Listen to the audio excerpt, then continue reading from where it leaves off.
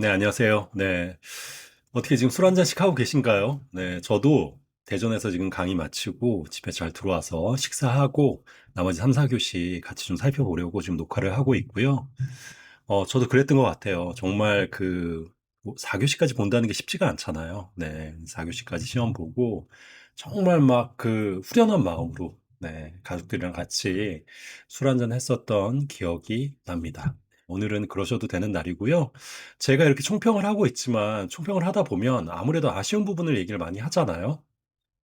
그런데 실제로 저희도 이 시험 자체는 뭐 상대평가기 때문에 결국엔 내가 못 쓴 것만 생각을 일단 다 하게 되는데 결국엔 상대평가기 때문에 다른 사람들이 더 못 썼을 겁니다. 네, 걱정하지 마시고요.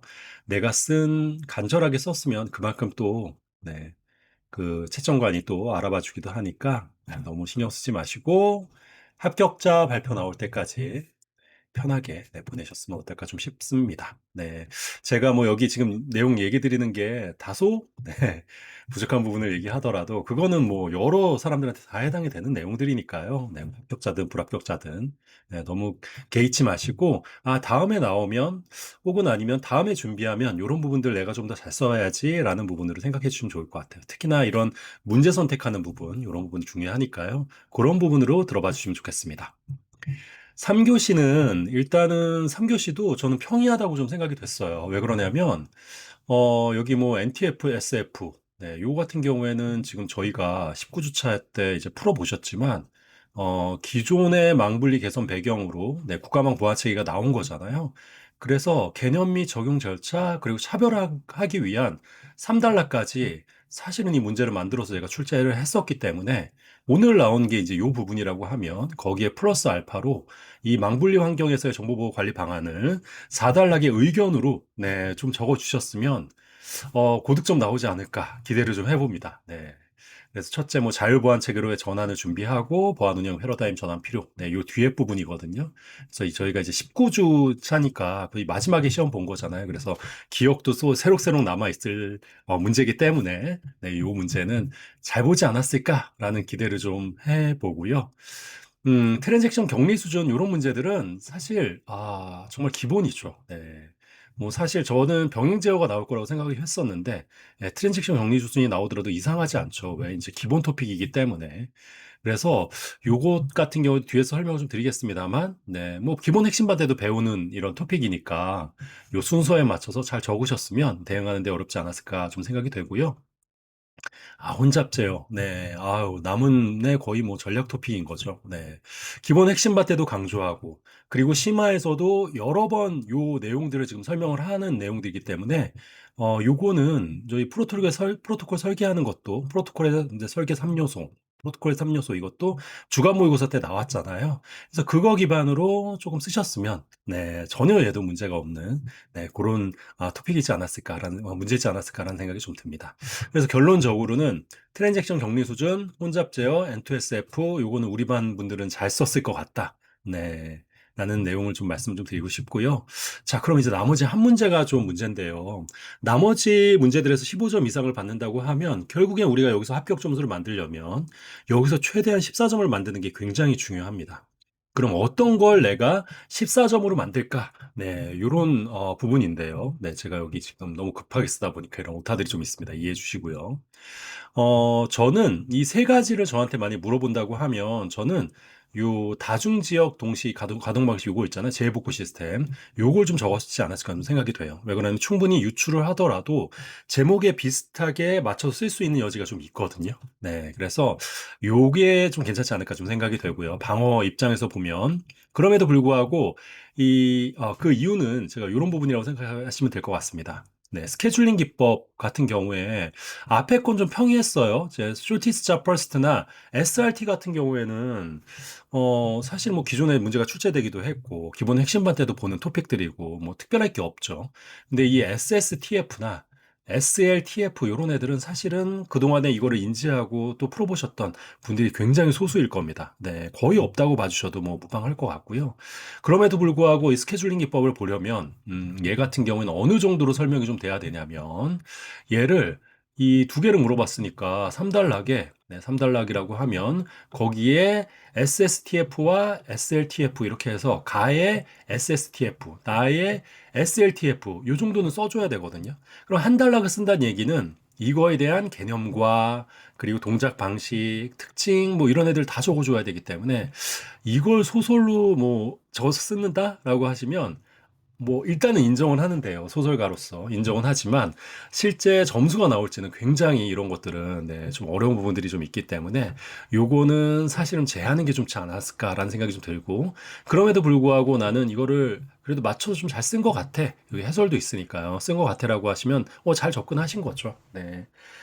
자, 시스템 운영 유지 보수 관리는 사실 감리 가이드에 있는 내용들이라 명확한 답이 있는 문제라서 사실 이것도 대응을 한다고 하면 ITSM에 관련된 이제 여러 가지 서비스 서포트, 서비스 딜리버리에 들어가는 항목들 있잖아요.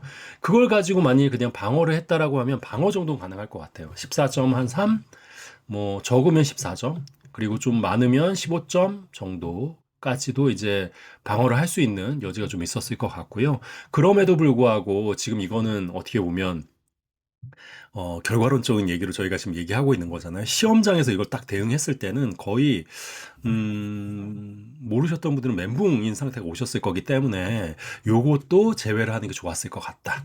라고 생각을 하면, 결국에는 전략적으로 문제 선택을 요렇게 좀 가져갔으면 어땠을까 좀 생각이 좀 됩니다.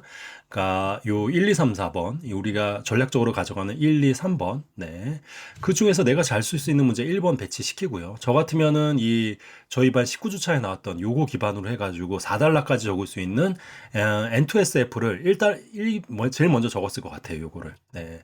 그런 다음에 트랜잭션 격리 수준과 혼잡 제어. 네, 혼잡 제어도 이제 혼잡 제어의 그 윈도우 사이즈 있잖아요. 슬라이딩 윈도우의 윈도우 사이즈 하는 것들 있잖아요. 네. 혼잡 제어가 아니라 슬라이딩 윈도우죠. 이 슬라이딩 윈도우에서 네, 이 슬라이딩 윈도우 사이즈를 결정하는 그 방법이 있죠. 네, 하나가 수신 측에서 결정한 크기와 그리고 TCP의 그 혼잡 제어 크기. 네, 우리가 왜 슬로우 스타트 그 쭉 나오는 거 있잖아요. 지수배로 증가시키고 그 크기 둘 중에 어떤 거, 네, 작은 거 먼저 하는 거예요. 네, 요게 들어갔다고 하면 굉장히 전문가처럼 보였을 겁니다. 네, 그래서 뭐 CWND 당연히 들어가야죠. 네, 그래서 요런 두 개의 팩트로 이미 앞에서 다 내용들을 충실하게 적었기 때문에 뒤에 문제는 조금 부족하더라도 예컨대 제가 점수를 준다고 하면 제가 점수를 만일 이 상태로 해서 풀었다. 그런데 이 관점이 잘 맞아서 풀었다라고 하면 저는 요 문제, NTSF 같은 경우에는 16점 이상. 네. 그 외에 트랜잭션 격리 수준 16점, 혼잡 제어 16점, 그리고 요거 한 14점. 네, 주지 않을까 좀 생각이 되고요. 그렇기 때문에 이 방어 문제가 그렇게 뭐 앞에만 잘 썼다고 하면 조금 부족하더라도 괜찮으니까요. 너무 신경 쓰지 않으셔도 될 것 같습니다. 자, 우리가 SSTF가 뭔지는 일단 한번 좀 보고 갈까요? 네, CPU 스케줄링 뭐 앞에 있는 내용들은 다 있는 것들이니까요. 여기 보니까 근거리 요청 우선 방식이래요. 그래서 현재 헤드 위치에서 가장 가까운 트랙. 헤드 위치인 거 보니까 이게 뭔가 CPU 스케줄링이라기보다는 음, 저기 디스크 스케줄링, 네, 요 내용을 얘기한 것 같아요. 그죠? 그래서 요 디스크 스케줄링이라는 걸 사실은 다 버리고 가잖아요. 그죠? 그래서 이 디스크 스케줄링 관련된 부분이기 때문에, 요거 좀 어려웠을 것 같기는 한데, 많이 썼다면은, 대박이죠. 네. 그래서 근거리 요청 우선 방식이니까, 얘는 현재 헤드 위치에서 가장 가까운 트랙부터 이제 탐색을 해 나가는 거죠. 그러다 보니까 이제 시크 타임을 최소화하고, FC 퍼스트 컴 퍼스트 스타트보다 처리량이 많고 평균 탐색 시간이 짧다는 장점이 좀 있네요.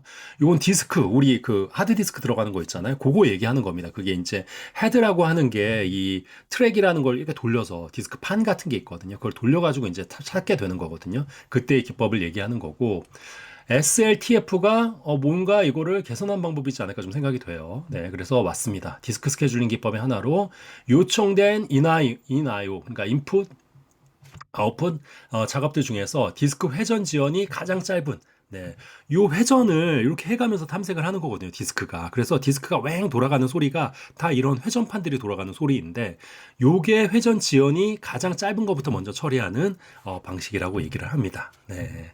사실 요거는 컴식 문제지 않을까 좀 생각은 되는데, 뭐, 아무튼, 네, 스케줄링이랑 디스크 스케줄링을 좀 엮고 싶었을 것 같아요. 출제자 분께서. 왜 그러냐면, CPU 스케줄링 자체가 워낙 사실 너무 좀 많이들 알고 있고, 네, 풀기도 쉽기 때문에 그런 관점에서 이걸 낸 게 아닌가 생각이 좀 됩니다. 자, 두 번째 또 요주의 문제. 네, 정보 시스템 감리의 유지 감리. 네, 이걸 얘기하는 거고요. 자, 정보 시스템 감리 구축 단계는 뭐 여러 가지 단계별 감리와 그리고 구축 단계와 그리고 운영 및 유지 보수 단계에서 하는 감리들이 있죠. 보통은 시험은 여기서 많이 나왔어요. 그러다 보니까 요번에는 여기서 좀 출제를 한 것 같고요. 목적, 뭐 중점 사항 요거는 읽어보시면 될 것 같고요. 감리 대상, 네, 개발 소프트웨어, 인프라, 뭐 하드웨어와 소프트웨어로 이렇게 나눠져 있는 것들 보실 수 있고요. 거기에 따라서 개발 소프트웨어와 인프라 이렇게 나뉘는 거, 네, 요거 좀 보시면 좋을 것 같아요. 이거 아마 저희 주간 모의고사 때 나왔던 것 같아요. 한번 좀 찾아볼까요? 네, 시간이 좀 걸리더라도, 네, 그때 아마 이영태 멘토님께서 출제를 하셨나? 뭐 이랬던 걸로 좀 기억이 되는데요. 이게 감리 쪽이죠. 그러면 저희가 주간 모의고사에 이 소프트웨어 공학, 네, 여기에 아마 출제를 제가 한 걸로 지금 봤던 것 같거든요. 왜 그러면 제가 이거를 설명한 기억이 있기 때문에 한번 보겠습니다. 네, 여기는 없네요. 네, 그러면 어디에 냈을까? 300분대 냈을까요?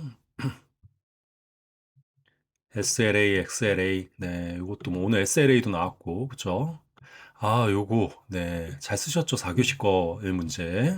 제가 여러 번 강조했던 건데, 네. 안 쓰시면 너무 슬플 것 같아요. 네. 자, 2교시에 OLTP가 있었고, 분산 클라우드, 응집도 결합도, 네. 마이그레이션 테스트 방법, 사업 계획서 작성 도입 지침은 제가 낸 거고, 장애 계획이니까, 여기 있을까요? 데이터 품질 인증, 우중단. 네. 아, 이거 어디서 봤던 것 같은데. 저희가 소프트웨어 공학 쪽이니까 하반기 때였나?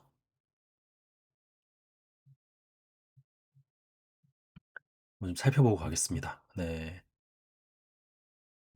데이터베이스 최적화, 에자일, AX 도입 중 이것도 아니고요. 네, 여기도 보면 300분대 요건가?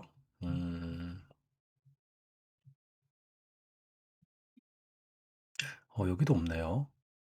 어딘가에서 제가 봤던 것 같은데. 네. 저희 멘토분께서 한 분이 출제를 하셨고, 제가 설명을 좀 드렸던 기억이 좀 있어서, 아, 여기 있네요. 네. 자, 이게 주간 모의고사 때 다 이렇게 나온다니까요. 그죠? 네. 주간 모의고사 이제 몇 주 차죠? 네. 조금 지나긴 했습니다. 2주 차니까 조금 저희가 19주 차에서 2주 차면 앞쪽에 있는 거긴 해요. 하지만 이번 기수 때 출제한 거기 때문에 이거 가져갔으면 좋지 않았나 생각이 좀 됩니다. 요거 3번 문제니까 아마 이영태 멘토님 출제하신 것 같아요. 네. 하나 적중하셨네요. 네. 그대로 지금 나온 것 같아요. 요 문제 그대로. 지금 요것도 제가 링크를 한번 보겠습니다. 복제, 블록 링크 복사하고, 해설집 이쪽이죠. 네, 요 내용을 저도 좀 기억이 나긴 하거든요, 진짜. 네, 이렇게. 이영태 벤토님께서 뭐 하나 맞추셨네요. 네. 자, 요거로 문제를, 이것도 출제 예상 문제로, 네, 봐도 되겠네요, 그러면. 자, 이렇게 따지면, 사실, 지금 2교시 같은 경우엔 저희가 기본 거에서 좀 다 나온 거예요. 어떻게 보면 네 문제 다. 네, 커버리지가 다 되고 거기에 이제 스케줄링이나 다중지역 동시 방식 정도만 선택하는 그런 부분이었던 것 같습니다. 주간 모의고사만 충실하게 봤다는 가정하로 지금 말씀을 좀 드리는 겁니다. 그래서 문제도 지금 비슷한 것 같은데요. 점검 분야와 유지보수 점검 분야. 네, 그대로인 것 같은데. 네. 볼까요? 네, 여기네요. 네, 유지감리, 점검 항목들, 그쵸? 대상과 점검 항목. 네, 그대로 출제됐어요. 네. 자, 이대로라고 하면 이게 주간 모의고사가 얼마나 중요한지, 이걸 보고 가는 게 얼마나 중요한지 아마 좀 느끼지 않았을까 좀 싶습니다. 네. 다중지역 가동 방식은, 뭐, 재해복구 시스템들은 다 아실 것 같아요. 그죠? 다중지역 가동 방식은 요런 거네요. 서비스 연속성, 그리고 비용, 구축거리 등을 고려해서 이제 처리를 하는 특징이 좀 있는 거고요. 실제 서비스되는 시스템이 여러 지역에 동시에 가동이 돼서, 네, 예컨대 뭐 국내에 어떤 도입되고 있는 시스템들이 있으면 그게 한 지역에 영향이 있을 수 있잖아요. 이제 그런데 지진이 일어나면 그 지역에 이제 다 영향을 미치게 되니까 그 지역을 벗어나서 이제 보는, 네, 이런 것들을 이제 보는 DRS 시스템들이 여기 이제 들어가는 게 아닌가 좀 싶습니다. 네, 그래서 분산시켜 놓는 거죠. 그래서 실시간으로 서비스 연속성이 보장되는 각 업무 조직별 비상사태에 대비한 복구. 말도 정말 기네요. 네, 그냥 짧게 써도 될 것 같은데, 그쵸? 네, 요거는 제가 보기에는 해서시 작성하시는 분도 네, 아마 좀 이해 못하고 계신 게 아닌가라는 생각이 좀 들고요. 그래서 어쨌든 분산시켜 놔서 특정 지역의 장애 영향이 다 국한되는 것들을 어떻게 한다? 분산시켜서, 네, 가용성을 최대한 보장한다라는 관점에서 이거를, 죄송합니다. 푸셨으면 되지 않을까 좀 생각이 됩니다.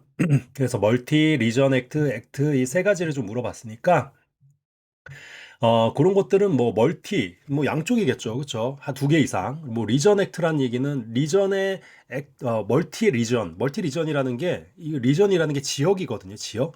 그럼 뭐예요? 그 지역을 네, 복수로 가져간다는 내용이잖아요. 네, 그래서 그런 관점에서 운영 방식, 네, 이런 거라고 봐주셔도 괜찮을 것 같습니다. 네, 그래서 요거는 사실 제가 지금 얘기한 것처럼 이렇게 영어를 보고, 네, 그걸 유추해서 DRS랑 엮어서 쓰셔서 충분히 네, 15점 이상 나올 수 있는 그런 부분이었다고 좀 생각이 돼요. 잘 쓰셨길 바라면서, 네. 음. 자, 트랜잭션 격리 수준. 네, 이거는 뭐, 네, 다들 너무 쉽죠. 네, 이거는 제가 기본 핵심만 강의할 때 이 순서도 중요합니다. 왜? 이게 안 하는 게 이 세 가지 이러니까 문제가 다 발생하는 게 0. 네. 리드 언 커밋이 발생하는 거. 그러니까 더티 리드가 발생하지 않는 거. 보통은 이제 제가 목이 매. 말이 좀 빨라지다 보니까. 네, 이 단계들이 좀 있잖아요. 0부터 이제 3레벨까지 있는데 전체 문제가 다 발생하는 게 이제 0레벨이고 1레벨은 리드 언 커밋 단계, 네, 리드 커밋 단계죠. 네, 그리고 2레벨이 리피터블 리드가 이제 발생하는 단계, 그리고 시리얼라이저블 리드가 발생하는 게 이제 3단계가 되는 거죠. 네, 그래서 0부터 1단계, 예, 직렬성을 보정하는 게 3단계이고요. 그래서 이 순서도 중요하다고 말씀드렸어요. 제가 너티 리드가 1단계랑 관련이 있는 거고 2단계랑 관련 있는 게 논 리피터블 리드, 3단계가 팬텀 리드인데 요거는 여기 지금 T자형으로 이렇게 그려져 있잖아요. 병제할 때도 이제 보셨을 텐데 요거를 다 그려주셔야 돼요. 네, 요거 꼭 그려주셔야 됩니다. 네, 그래서 4단락은 뭐 해결 방안, 네, 이런 것도 좀 뭐 적어주셨으면 어땠을까 좀 싶긴 합니다. 이게 갱신 손실, 저희의 그 갱연 모연, 네, 그거랑도 관련이 있는 여지가 있으니까요. 5번 통신 프로토콜. 네. 네. 혼잡 제어, 오류 제어, 이거 뭐 슬라이딩 윈도우 기본 핵심 바탕 다 배우는 것들. 네. 그리고 슬라이딩 윈도우의 기법. 네. 여기 보면은 성능, 신뢰성, 안전성 뭐 이렇게 있네요. 네. 그래서 오류 제어부터 좀 설명을 하면, 네. 실제 데이터 전송 과정에서 비트 오류, 여러 가지 패킷 손실 오류를 검출해서 신뢰성을 확보하는 부분들이 있는 거죠. 네. 그래서 이 오류 제어가 아마 트랜잭션 오류 제어랑 이렇게 조금 혼란해서 쓰실 수도 있으실 것 같기는 한데요. 네, 요 뭐 그죠? 저희 이 계층의 오류 제어랑 연관해서 쓰셨어도 괜찮을 것 같습니다. 네, FCBC 그리고 혼잡 제어, 네, 기본적으로 요거죠. 뭐, 네, 요거, 네. 이렇게 있어서 슬로우 스타트하고 컨제스턴 할 때 요 윈도우 사이즈 조정하는 거잖아요. 이게 슬라이딩 윈도우의 윈도우 사이즈랑 관련이 있다. 네, 라는 부분들. 그래서 우리가 슬라이딩 윈도우는 밑에 보시는 것처럼 이 윈도우 사이즈를 정해 놓는 거잖아요. 수신 측에서 설정한 크기 혹은 아니면 네, 여기서 이제 변동이 되는 윈도우 크기를 이제 보고 하는 거고 여기 있네요. 민값. 컨지스턴 윈도우 크기나 혹은 아니면 이게 리시브인 것 같아요. R은 그쵸? 수신 측에서 설정한 크기만큼 전송이 가능한데 이 둘 중에서 작은 값을 취하는 거죠. 네, 요 내용이 들어가면 뭐 거의 뭐 네, 이거는 끝난 게임이라고 봐주셔도 될 것 같고 자 설계 시 고려사항인데 물론 여기는 기능성, 신뢰성, 뭐 효율성, 확장성 이렇게 좀 나와 있어요. 그런데 이제 아마 요까지 뭔가 보기는 좀 어려우셨을 것 같고 우리가 프로토콜의 3요소들이 있잖아요. 네. 뭐 저희가 뭐 컨텍스트라든지 이런 부분들, 네, 타이밍이라든지 이런 부분들이랑 엮어서 그 처리를 어떻게 정의를 잘 해줘야 되는지 이런 부분들로 이제 적어주셨어도 네, 괜찮은 문제였을 거라고 생각이 됩니다.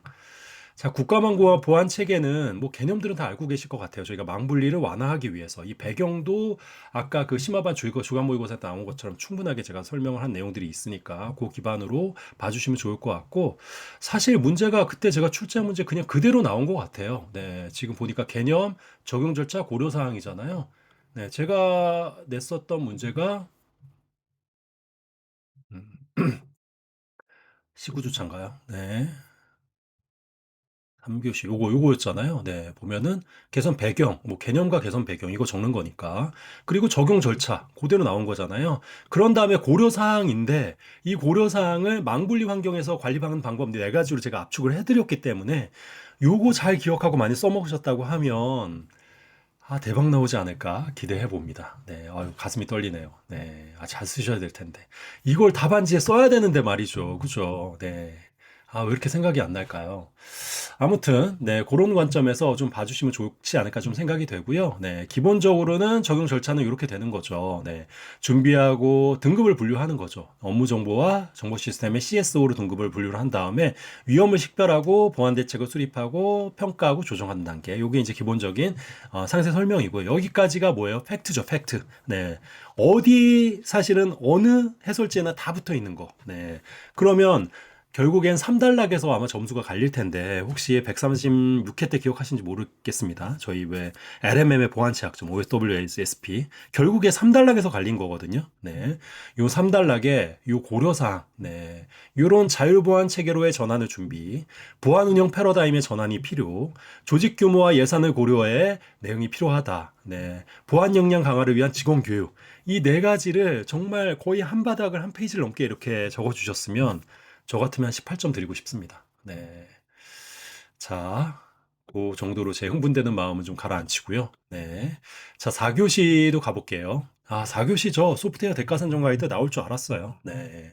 ISP가 안 나온 게 조금 제가 조금 마음이 좀 상하기는 했는데, 네. 요것만으로도 충분하죠, 뭐. 왜 그러냐면 이게 마지막에도 점검하고 가시라고 제가 냈고, 저희가 총정리할 때도 기억하건대 그 안에서도 제가 몇 번을 얘기를 해드렸던 것 같아요. 그리고 그래서 요거 이제 절차를 적으신 분들한테도, 절차랑 꼭 여기 보면은,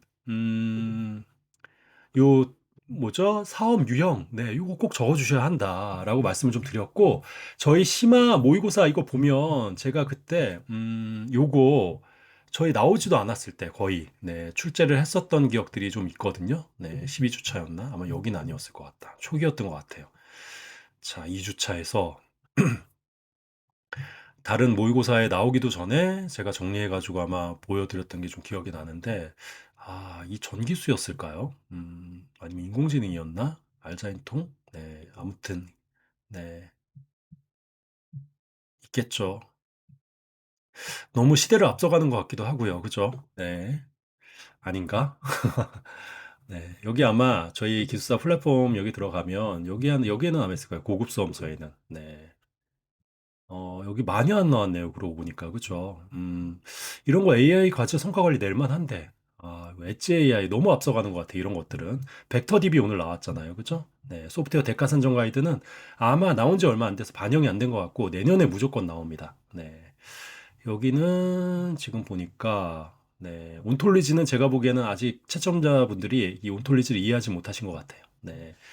저희가 너무 앞서간 거죠. 그리고 어디 갔지?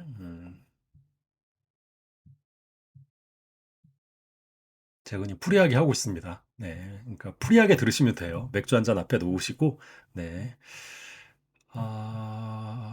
요거 SKT 유심 해킹 사태. 요거 저희 반이 지난번에 제일 먼저 정리해가지고 제가 이렇게 배포했던 거, 136회 예상 문제로 나올 거라고 생각해서 이렇게 배포했었는데, 드디어 나왔네요. 그죠? 요것도 잘 쓰셨을 거라고 생각됩니다. 네. 자, 어디 갔냐? 음,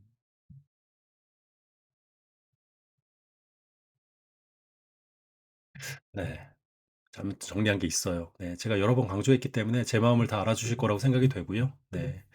자, 고거 일단. 그리고 BPF 이것도 네, 저희 모의고사 때 나왔고 아까 보여드린 대로 제가 정리한 문제도 있었기 때문에 잘 쓰셨을 거라고 생각하고요. 이런 것들. 그래서 이 세 문제는 사실은 처음 보시는 분들 당연히 어렵죠. 기본 핵심만 분들은 제가 요 대가산정 가이드는 알려드렸으니까 조금 대응이 되셨을 것 같고 빠른 분들은 그러고 보니까 여기 AI 거버넌스도 있네.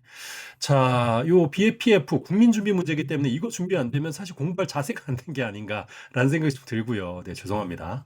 자, 유전자 알고리즘 요것도 네, 아까 말씀드린 것처럼 기본 토픽으로 들어가 있기 때문에 심화 가신 분들은 이건 당연히 준비가 됐어야 되는 부분이죠. 그러면 결국에 뭐냐? 이 방어에서의 하나예요. 이것도.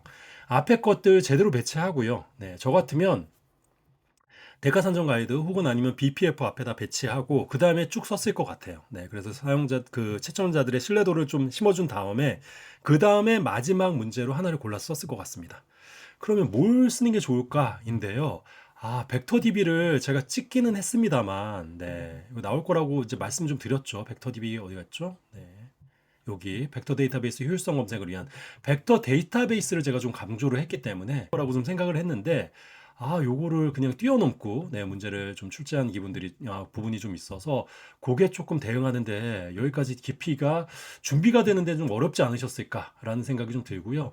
제가 여기 이제 정리하면서 유사성 검색 안에 네, 아까 뭐 기본적인 내용들 얘기하고요. 네, 차이점 그리고 레벨 2에서는 이제 여러 가지 알고리즘들이 이제 좀 있는데 여기 보면 근거리 근사 탐색인 IVF 이거 들어가 있죠. 그리고 HNSF 이것도 들어가 있어요. 사실은 이 두 가지 근사 탐색 기법으로 들어가는 있는데 이 두 가지를 제가 요 정도 정리해 둔 내용으로 뭐 늘려서 쓰려면 쓸 수도 있거든요, 지금. 왜 방식과 특징, 장점, 단점, 그리고 주요 적용 DB까지 지금 여기 다 들어가 있기 때문에.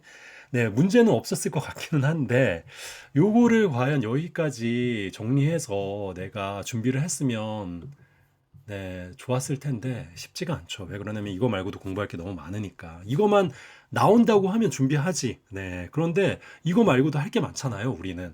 그러니까 아마 사실은 조금 거기까지는 어렵지 않으셨을까 생각이 되고요. 그럼에도 불구하고 난 이거를 좀 공부했다라고 하시는 분들, 아까 그 정도 수준이라도 하셨던 분들이라면 당연히 이거 선택해야죠. 네, 이거 선택해가지고 여기 보면은 동작 원리까지 나오니까 좀 그렇긴 한데 네, 1달러의 벡터 데이터베이스에 관련된 개념 특징 적고 네, 2달러 HNSW 그리고 INF 3달러 적고 이런 식으로 좀 마무리를 좀 짓는 게 좋지 않았을까 좀 생각은 좀 됩니다. 이거는 어쨌든 그런데 조금 내용을 조금 이렇게 알고 계셔야 되는 내용들이 좀 있는 거죠. 그래서 효율적인 근접 이웃함 검색을 수행하기 위해서 다계층 그래프 구조를 활용하는 네, 알고리즘이라고 얘기를 하고요. 네, 최상위 계층 진입 그리고 여기 보면 엔트리 포인트가 있잖아요. 네, 여기 이제 진입을 하는 거죠. 그런 다음에 계층별로 이렇게 하향 탐색해 나가는 거예요. 여기 레벨이 쭉 있네요. 그렇죠? 사실 알고 보면 별건 아닌데, 그렇죠? 네, 알고 보면 별거 아니지. 네, 하지만 사실 뭐 이거를 시험장에서 안다는 게 쉽지 않으니까요. 아마 다른 분들도 다 그랬을 거예요. 네, 그러니까 너무 자책하지 않으셔도 될 것 같고요. IVF 인버티드 그러니까 인버티드가 뭔가 전환하는 뭐 이런 내용들이잖아요. 파일 인덱스니까 파일 인덱스의 역발상, 역색인 뭐 이런 느낌이 좀 있는 거네요. 그래서 데이터 분할 및 색인을 생성하고 역색인 구조를 만들고 그다음에 검색 시 이런 쿼리 벡터가 들어오면 가까운 군집 중심점을 찾아서 이거 기반으로 검색을 수행한다라는 부분이고요. 사실 이 문제는 변별력을 가르기 위한 문제라고 봐주셔도 될 것 같아요. 그 얘기는 뭐냐면 출제자도 이걸 다 쓸 거라고 생각하는 게 아니라 요 정도까지 알면 정말 베스트지라고 이제 출제를 한 문제이기 때문에 네, 변별력 문제 저기서 적어 놓을게요. 변별. 네, 이렇게 했기 때문에 한 거기 때문에 네, 요거는 아마 다들 좀 잘 보지 않으셨을까라는 생각이 좀 듭니다. 네, 이걸 아마 쓰셨다라고 하면 거의 이 교시는 제가 생각하기에는 네, 대박이 나는 교시지 않을까라는 생각이 됩니다. 요 문제가 좀 관건이었어요. 쿠버네티스 모르는 사람 있나요? 그쵸? 그런데 여기 보면 주요 컴포넌트 HPA 이게 뭐지? 아마 이러지 않았을까 싶어요. 쿠버네티스라는 건 결국에 뭐예요? 여기에 있는 각각의 노드들을 네, 이 통합 관리, 오케스트레이션 관리 해주기 위함이잖아요. 그죠? 그래서 여기 마스터, 그리고 슬레이브, 네, 여기 이렇게 나눠서 볼 수도 있고요. 그래서 각각의 구성 요소들, 워커 노드라고도 합니다. 그래서 이런 구성 요소들, 네, 기본적으로 들어가고, 여기서 문제는 HPA를 물어봤잖아요. 네, 그러니까 이제 하위 기술 요소들로 이제 들어가는 거죠.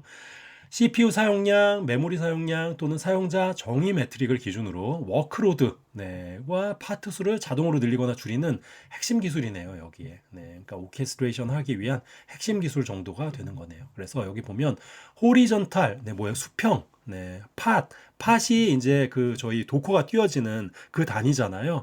네, 오토 스케일러니까. 네, 오토 스케일러라고 하면 오토 스케일링 다 배우셨잖아요. 그쵸? 네, 확장하고 줄이고 뭐 이런 부분들이니까 아, 팟에 있는 자원들을 뭔가 수평적으로 확장하고 줄이고 이런 거 아닐까라는 관점에서 만일 이제 접근을 하셨다라고 하면 얼추 지금 개념은 맞아 들어간 것 같아요. 그러니까 방어로 그 정도를 좀 썼다라고 하면 여기 보면 팟 수를 자동으로 늘리거나 줄입니다라고 되어 있잖아요. 네, 그랬다라고 하면 얼추 네, 대응은 좀 되지 않았을까 좀 싶기는 합니다. 네, 아마 소설 잘 쓰시고 이런 유추 잘 하시는 분, 추정을 잘 하시는 분들이 좀 유리한 문제였어요. 자, UML 여기 보면 행위 다이어그램 이렇게 있네요. 그죠? 상태, 행위, 활동, 상태, 유스 케이스 다이어그램 쓰지 말란 얘기죠. 뭐 이 정도 물어보면 그죠? 네. 자, 한번 보겠습니다. 네, 요 네 가지 유스 케이스 뭐 여러 가지들이 있어요. 그죠? 네, 요 애들은 다 뭐냐면 행위 다이어그램이죠. UML의 다이어그램은 두 가지로 나뉩니다. 네. 뭐죠? 스트럭처 그리고 행위, 구조와 행위 이렇게 나뉘잖아요. 비헤이비어 이렇게 나뉘기도 하는데 자, 여기 보면 사실 이제 액티비티 다이어그램 같은 경우에는 좀 어렵진 않습니다. 이게 순차적으로 처리가 되는 내용들을 각각의 처리 구조를 이렇게 만들어 주는 거죠. 그래서 시작점은 이 동그라미, 끝점은 이 동그라미에 이렇게 마치 계란처럼 생긴 이런 부분들이죠. 그래서 분기가 일어나면 이렇게 분기하는 이 바 같은 게 또 있습니다. 네, 그래서 이런 것들 표현이 좀 돼야 되고요. 그리고 문제에 나온 게 활동 다이어그램, 그리고 상태 다이어그램, 스테이트 다이어그램이잖아요. 그리고 유스 케이스 다이어그램인데 자, 스테이트 다이어그램은 뭐 요겁니다. 네, 시스템에 이렇게 네, 전환이 되는 것들, 시스템의 동적인 모습들이 전환이 되는 상태들을 보여주는 거예요. 네, 대기 상태였다가 어떤 특정한 이벤트가 발생하면 그 다음 상태로 넘어가고 그 다음 상태로 넘어가고 이런 것들. 뭐 유스 케이스 다이어그램은 다들 아시겠지만 사용자 관점에서 요구 사항을 이제 받을 때 하는 다이어그램이잖아요. 그래서 여기도 보면 액터들이 있고 각각의 유스 케이스 기반으로 네, 동시에 일어나는 거 인클루드 네, 선택적으로 일어나는 거 extended 이런 것들만 표현이 됐으면 될 것 같습니다. 답안지에는 만일 적는다고 하면 저는 이렇게 적으면 어떨까 좀 싶어요. UML 개요 혹은 아니면 행위 다이어그램의 개요. 네. 이렇게 비헤이비어 다이어그램의 개요 이렇게 하고 비헤이비어 다이어그램은 이렇게 좀 되어 있잖아요. 네 가지 뭐 시퀀스 다이어그램이 안 나왔는데 그 네 가지를 그리고 각각 얘네들이 어떤 특징을 가지고 있는지 일단락에 좀 보여주고요. 그러니까 행위 다이어그램이 어떤 역할을 하는지를 일단락에 보여주고 이단락에 요 여기 활동 다이어그램, 상태 다이어그램 네, 적고 3단락에 뭐 유스 케이스 다이어그램 요 정도 적는 게 그냥 무난하지 않았을까 좀 싶습니다. 그래서 평소에 내가 요거 좀 그릴 줄 안다. 네, 대략 뭐 그릴 줄 아는 게 중요한 게 아니라 이거 개념만 어느 정도 학습이 됐다고 하면 이것도 접근하기 괜찮은 문제였어요. 네. 자, 유전자 알고리즘, 아까 말씀드린 것처럼 유전자 알고리즘이란 내용은 결국엔 진화 메커니즘이죠. 네, 그래서 다윈의 진화론 이런 것도 있잖아요. 그래서 얘는 요렇게 이제 반응을 좀 합니다.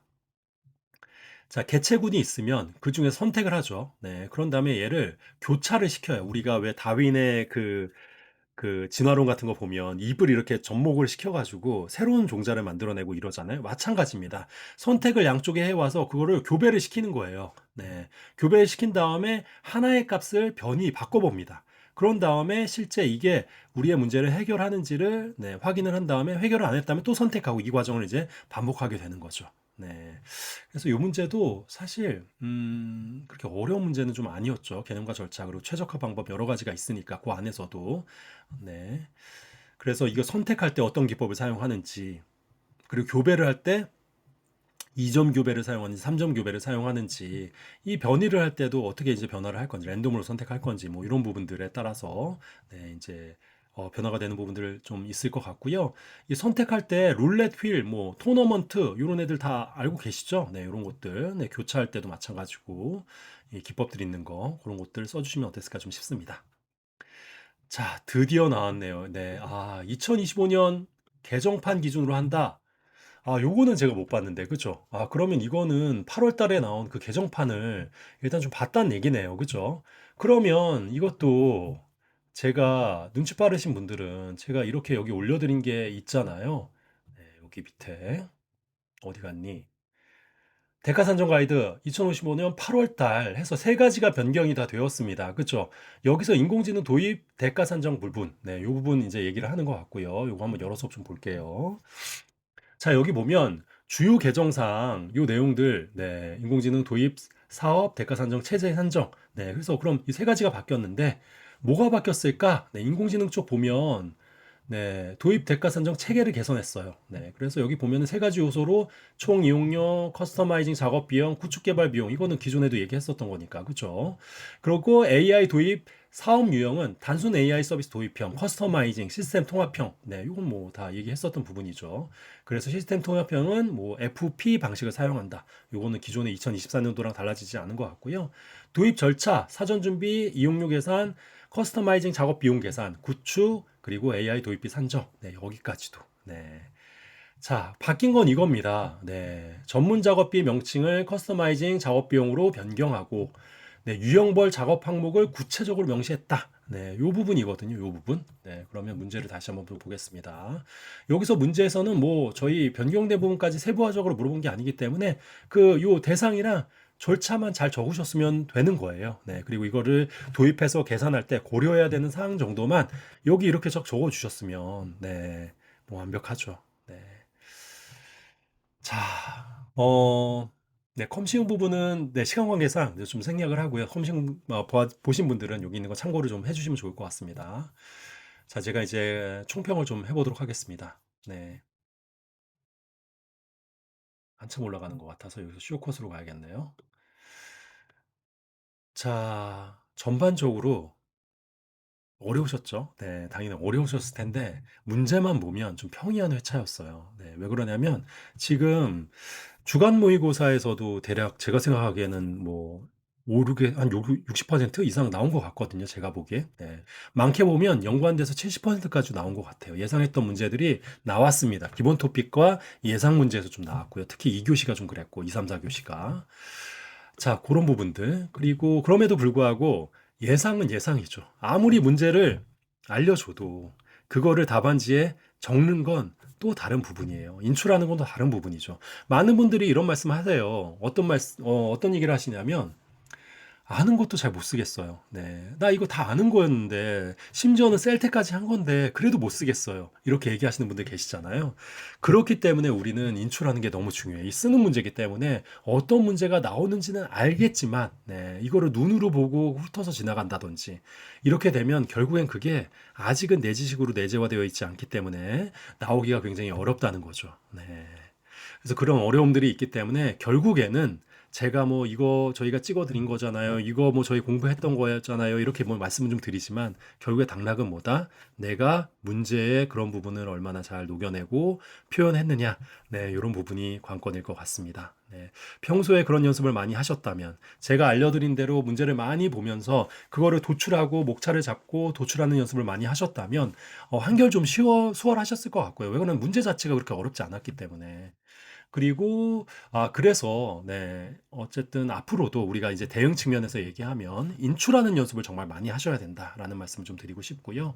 결국엔 합격자도 다 알고 쓰는 게 아니에요. 네. 그렇기 때문에 네, 지금 오늘 나와 있는 거 제가 해설지를 만들어서 지금 설명하니까 왠지 남은이라는 사람은 다 알 것 같고 이렇게 생각이 되시잖아요.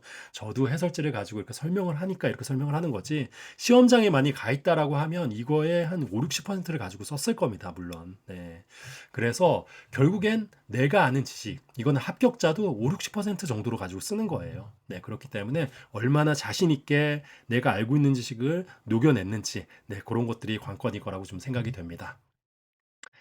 자, 아까도 좀 잠깐 말씀드렸지만 애매하게 아는 문제들, 눈으로 훑어서 지나갔던 문제들, 이런 것들을 사실 많이 출제를 했어요. 그렇기 때문에 오래 공부하신 분들, 네, 그래도 한 심화를 한 세 번 정도는 하신 분들은 이 기본 토픽이 잘 갖춰져 있다는 가정하에 오히려 기대를 좀 해보셔도 좋지 않을까 좀 생각이 되고요. 네, 그런 것들이 제가 보기엔 캐스팅 보트가 돼서 여기에 합격을 좌우할 가능성이 굉장히 높거든요.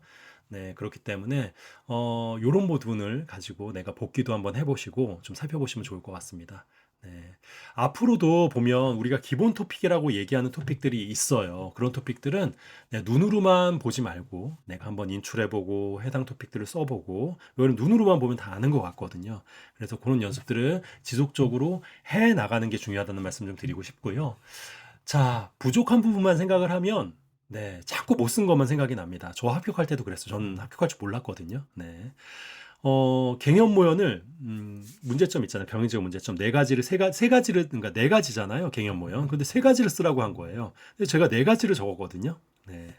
잘한 거죠. 어떻게 보면 지금 와서는. 그런데도 불구하고 그게 너무 신경이 쓰이는 거예요. 세 가지만 적으로 했는데 내가 그게 맞게 적은 게 맞나? 네 가지, 내가 하는 건 네 가지인데 왜 세 가지만 적으라고 했을까? 아, 나 네 가지는 오버했나? 자꾸 이렇게 꼬리에 꼬리를 물고 아쉬운 것들이 생각이 나게 됩니다. 그런데 제가 그 문제를 몇 점을 받았냐면 17점이 넘게 받았어요. 네. 자, 그렇다라고 하면 결국엔 내 생각이라는 거예요. 채점과는 나는 이미 활시위를 땡겨서 당겼고 이제 보냈고 이거를 바라보는 건 그 간절한 답안지를 보는 채점자들이 이제 바라봐줄 문제라고 생각하시면 될 것 같습니다. 결국에 지금은 이제 채점 하시는 분들의 시간이 되는 거죠. 자, 그렇기 때문에 자신 있게 좀 봐주시면 좋을 것 같고 특히 저희 반 분들, 고수분들, 네. 지속적으로 제가 강조했던 뭐 예컨대 우리 아까 밑에서 봤던 네, 저기 뭐였죠? 캐시, 네, 일관성 문제라든지 네, 그리고 저희 트랜잭션의 네, 4단계 고립성 레벨이라든지 그리고 뭐 몇 가지 이제 인공지능 그 부분도 마찬가지고 대가 산정하는 부분도 마찬가지고 여러 가지 어쨌든 저희가 계속 강조했던 문제들이 출제가 많이 됐기 때문에 이 부분들만 잘 녹여서 답안지에 제발 좀 네, 잘 녹여서 썼다고 하면 괜찮아요. 네, 그러니까 너무 걱정하지 마시고 내가 부족하면 남들도 부족합니다. 네, 그러니까 걱정하지 않으셨으면 좋겠고요. 오늘 어쨌든 네, 4교시까지 버틴 분들이 다 승리하신 거예요. 어찌됐건 내 그 전체적인 과정 안에서 4교시를 버텼다는 건 하나의 마일스톤을 지금 찍은 거거든요. 그래서 기본 핵심한 분들 아까 뭐 보니까 뭐 윤주원님 같은 경우에는 1, 2교시 보고 그만둬도 되느냐 막 이런 말씀 하시는데 안 가길 진짜 잘한 거죠. 제가 얘기한 거 기억하시나요? 6개월을 절약할 수 있는 방법이에요. 시간을. 네, 시간은 결국 돈이고 경험입니다.